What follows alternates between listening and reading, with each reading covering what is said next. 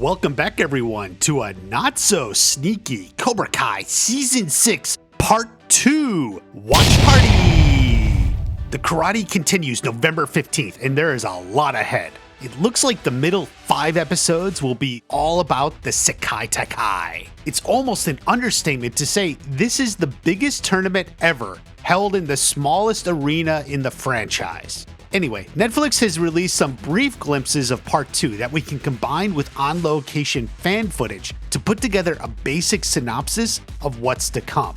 Let's start with what everyone is tired of: love drama. Karate Kid is based on jealousy and rivalry over boyfriends and girlfriends, so why should Season 6 be any different? It's coming, people. Anyway, let's start with our hot power couple, Robby and Tory. They hooked up at the end of Season 4 and have been the defining relationship since then, even rivaling Hawk and Moon. They broke up in Season 5 because Tory refused to leave Cobra Kai and got back together when it was all over. Of course, Tory only refused to leave because she was working with Kreese to take down Terry Silver.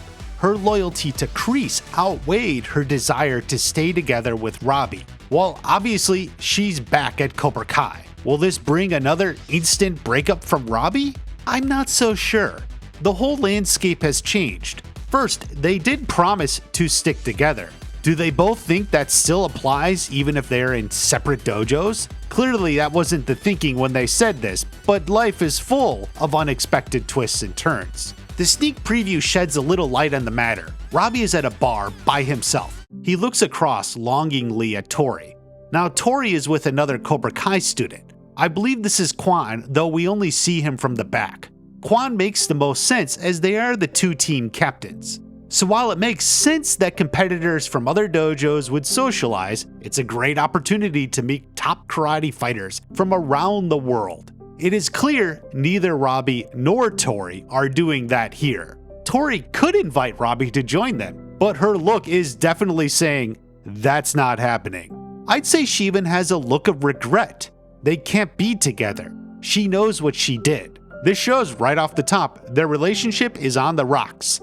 They're not together as a couple doing couple things. However, the fact that he is there looking at her shows he isn't breaking up with her. This is very different than the situation in Season 5. He confronted her and then he walked away and let her be. He's not walking away here. He's sitting. It's likely he hopes to talk to her and get her off the team. While I don't think Tory will leave mid-tournament, it will be Robby's motivation to get her to leave. They will have this discussion at some point, probably in episode 6. Or at least he's trying to have this discussion. Tory probably doesn't want to talk about it, which is how she gets when she's moody. So it's not an outright breakup, but it's not exactly picture-perfect couple stuff either. The big question is, will Quan try to make a move on Tory? If Robby found out, well, he doesn't have the best record of calm reactions after being cheated on. However, here I suspect Tory would reject Quan's advances. She is there to win the tournament, not find a new boyfriend. Not to mention, she is still grieving from her mom dying. She's not exactly in a romantic mood. There could be a little drama, but I don't think that part of it will cut very deep. There's going to be a lot of scenes away from the tournament. That's all a Part 2. Basically, they're at the tournament and what they're doing when they're not competing, as it's a multi-day event. We have this cool kicking contest, which has drawn a crowd. Quan does appear to have won it, with Robby and the others looking on. I bet the second line was Robby's, maybe Hawks was there too. It'll be a question of how much socializing is done with the other dojos. As I said, some are going to want to meet and become friends, while others may view them as the opposition and you want to keep your distance. It's always harder to beat the crap out of someone you were just hanging out with the other day. It's basically the rivalry outside of the tournament structure. There may be other little competitions like this too. The next clip to look at is Daniel and Johnny walking in Barcelona having some sort of conversation. Unfortunately, they do not appear to be happy. There are a lot of possibilities here. This could be the immediate aftermath of the opening ceremony in seeing Cobra Kai, Kreese, and Tory on the other side. That really does best at explaining their attitude. And by the way, I think most of the clips we have are from episodes 6 and 7. It looks like Daniel is pleading with Johnny. While they're both upset, I suspect Johnny is way more pissed at the idea of Kreese showing back up and having Tory at his side. The fear is that this is causing more rivalry and infighting between Daniel and Johnny. For many fans, that is easily the least favorite or most despised part of Season 6. Fans wanted to see them move on and truly work together for once. If they are still bickering and fighting, that is not good. The most we can say is Johnny is definitely keeping to his word. He is sticking with Daniel and Miyagi-Do for the length of the tournament. We know that. Johnny is not going to abandon them. However, Johnny seeing Kreese again is not putting him in good spirits. You can imagine as he storms off here, he is tending to go after Kreese himself. If Kreese can avoid arrest and extradition, well, he can't avoid Johnny. Johnny's going to take care of him himself. It's a very Johnny thing to do, don't you think? The only caveat is if Daniel wants to go after Tory and try to talk her out of it. Meanwhile, Johnny wants to go after Kreese because he knows Kreese is the one behind it. I do think if that is the root of the disagreement here, it would at least make more sense. On that note, I would like the idea of Johnny telling Robby not to hold it against Tory. She was upset her mom died and Kreese pounced at the exact right time. Johnny understands that and doesn't blame Tory for it. It could make for a nice moment between father and son and not blow up the big teenage romance angle. Interesting question is if that is before or after the bar scene. The other big reveal is the return of Chozen. Oh yeah, he went home to Okinawa and is obviously coming straight back for the tournament. Now is he coming to the tournament because things went bad with Kumiko and he wanted to get out of there again? Or perhaps things are unresolved with Kumiko. Maybe she's on tour or something, so he came back as he had nothing else to do.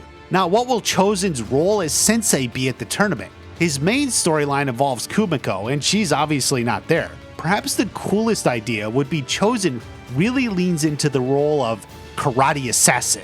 Not literally, mind you. The creators have said the Sekai Taikai is huge both on and off the mat, so while Chozen isn't directly assassinating people, perhaps he can run a little espionage. He can spy on the other dojos, size up their members, and maybe get intelligence on who is participating in what events. That is a little tricky, and I'll go into depth in another video, but it does look like different fighters participate in different events, and each dojo has to choose their fighters for each event. So if you can learn who the other side has in a certain contest, you can select your fighters to give you the best advantage. This could be a great use for Chozen and give Miyagi-Do a major leg up in the tournament. And considering not all their fighters got there on the up and up, they can use all the help they can get. To go into that point, there are several shots of the tournament itself. These appear to be behind the scenes shots of rehearsals, as well as some actual footage. Notice the different events in different fights. This appears to be a 2-on-2 of some kind, but see how one dojo has both their team captains, while the other dojo has non-captains. We can assume this dojo wanted to win the event, so they put their top fighters in. Meanwhile, the West End Warriors was trying to run their low-tier fighters and hope to score enough points to continue. It looks like a similar situation here. This is an interesting clip as it is Cobra Kai against another dojo. Note, this is Peyton List's stunt double. Perhaps this event is a one boy, one girl from each dojo against each other or something like that. It's also possible they're all from the same event. I would say Cobra Kai is looking to win this one. There's also a cool shot of Hawk in another fight. I'm not sure what this one would be, but it appears to at least be a 4-person contest. At least there are 4 members of the other dojo. Behind Hawk, I believe is Dimitri. There could be another fighter here on the ground. This could be Devin or Sam, no way to know for sure. Now in the interviews, Jacob talked about winning a huge fight, so maybe this is it. Maybe Miyagi-Do held back their top fighters, and Devin and Dimitri get out, leaving Hawk alone against 4 from the other side. He then switches into rage mode and takes them all out himself. This could easily be one of the top fights of Season 6. Now, outside of the released clips, we have a lot of footage of Daniel and Johnny training with Miguel, Robby, and Sam. When this first came out, we wondered where Tory was, and obviously we have our answer now. This is very likely a training montage, maybe for the main event or leading up to the big events. Now, according to the rules, the finals is just the team captains, and obviously both Miguel and Robby are training here, so it may not be for the exact finals. I also tend to think this shot of Tory at the track is part of the same montage. Obviously, the montage is going to be intercutting with Tory and Quan training with Miguel, Robby, and Sam. Although I will say it seems to suck that Peyton List and the Cobras didn't go to Barcelona for on-location training, and they had to resort to the track and stuff like this. I guess they just wanted to keep the split up a secret. Either way, there's a lot of drama and fighting in part 2. I think it's going to be huge, twice as big as part 1. And yes, I didn't cover everything as I didn't want to dive into the spoilers yet. Stuff like that's going to come. Be sure you're subscribed and you'll see it soon. Have a great day. I'll see you at the next watch party.